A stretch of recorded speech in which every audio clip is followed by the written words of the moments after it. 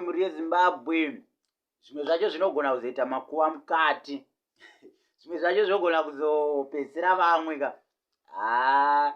Taona hameno zvinozongogona kuitika pekupedzera. Anokuti nhau dzakuitika dzekukoporana idzi. Dzasvika pane rimwe level. Yo, my name is Idek. Don't forget to subscribe, comment, share and like to my YouTube channel. So, now we are ndinayo nhasi pano. Inauya panganai. Na baba Harare, Passion Java na baba Harare. Ka ndo nauya ndinayo ma streets. Ndefunga Prophet Passion ndo vakatanga, vakatora ndefunga kafoto kamwe kepa vakamuona generator video ra baba Harare. Ndobva posta baba Harare vane kabhebi kavaitamba navo ipapo. Vachinyora kuti yanzi life neupenyu. Life kwanguri kwavo vachireva kuti iwo ka life kawo kaikaike mabosi.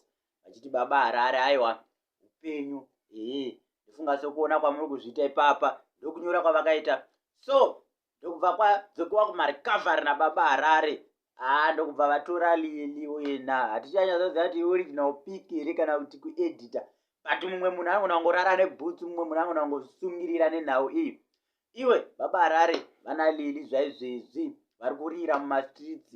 Aiwa zvaizvezvi pamafanzi. Aiwa baba Harare ndo vakahwina. Taura kunoku baba Harare aiwa ndinombovapa 8/10. Java ari kufanira kumbotera nechimuti asara zvisingaite. So muri yeZimbabwe comment ndo macomment ena ndinoda kuona kuti macelebrity vari kumboitana sei ava. Ndofunga muri kungozviona pasocial media kuti vari kupisana pachizva vari tu. Iri betwe rakanyanya meno tinotisvitsa kupi. Rinotogona kupera richinakidza nebetwe ibwezi ihondo yemaJudha nemaSamaria chaizvo. So my name is Idek as usual. Don't forget to subscribe to my YouTube channel. Thank you for watching.